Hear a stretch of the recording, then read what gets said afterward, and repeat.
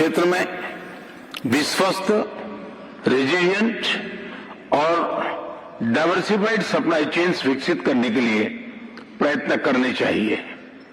इसके लिए बेहतर कनेक्टिविटी की आवश्यकता तो होगी ही, साथ ही यह भी महत्वपूर्ण होगा कि हम सभी एक दूसरे को ट्रांजिट का पूरा अधिकार दें।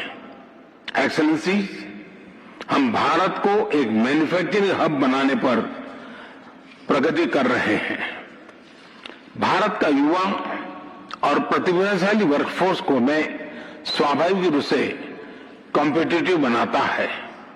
इस वर्ष भारत की अर्थव्यवस्था में 7.5% वृद्धि की आशा है, जो विश्व की बड़ी इकोनॉमीज में सबसे अधिक होगी।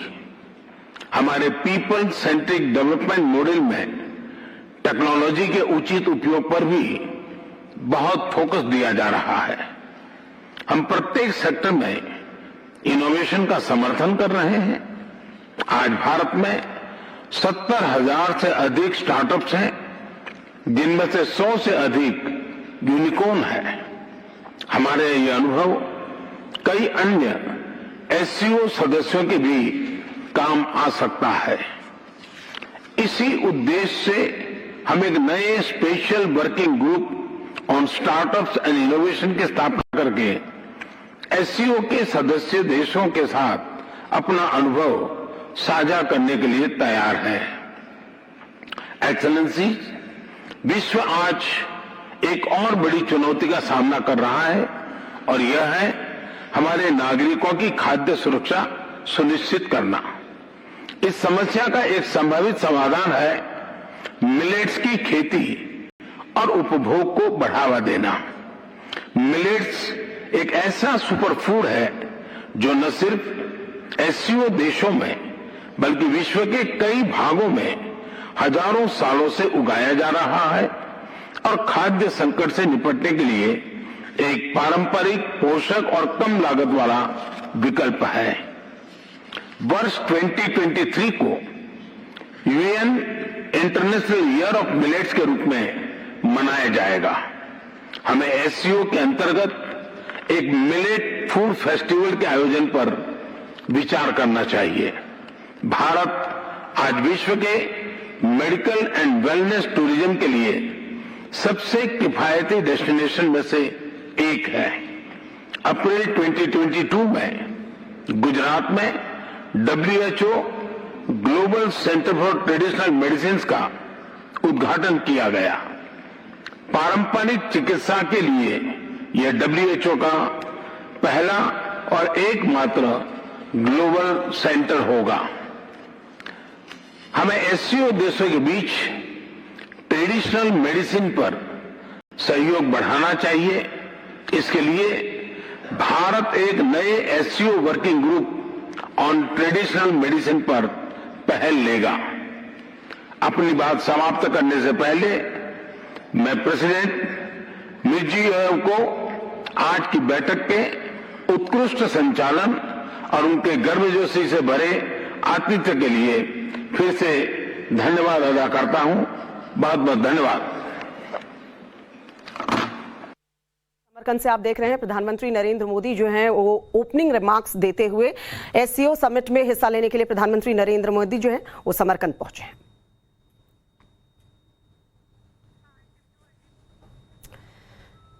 तो हमने आपको सीधी तस्वीर दिखाई, समरकंद से सीधी तस्वीर। प्रधानमंत्री नरेंद्र मोदी इस वक्त उज्बेकिस्तान के समरकंद में मौजूद हैं। एससीओ समिट की शुरुआत जो है हो चुकी है और उसमें अपना ओपनिंग रिमार्क देते हुए प्रधानमंत्री नरेंद्र मोदी, पीछे आपको विदेश मंत्री एस जयशंकर भी नजर आ रहे हैं। और जाहिर सी बात है कि इस एससीओ समिट में दो ऐसी चीजें हैं जिस पर निगाहें सभी की टिकी हुई हैं। अगर भारत के नजरिए से देखें तो रूसी राष्ट्रपति से जो मुलाकात होगी 3:40 पर यह मुलाकात होनी है और जाहिर सी बात है रूस और यूक्रेन के बीच में जब से युद्ध की शुरुआत हुई है, ये पहली मुलाकात प्रधानमंत्री नरेंद्र मोदी की रूसी राष्ट्रपति के साथ होगी। उस पर निगाहें सभी की टिकी हुई हैं कि क्या बातचीत होती है, क्योंकि कई बार भारत के ऊपर दबाव बनाया गया कि रूस से जो तेल भारत ले रहा है उसे ना ले। बावजूद इसके भारत ने अपना एक स्टैंड लिया। हाँ, जरूर रूसी राष्ट्रपति से कहा कि आप दोनों बातचीत के मेज पर आए और इस युद्ध को रोक दिया जाए।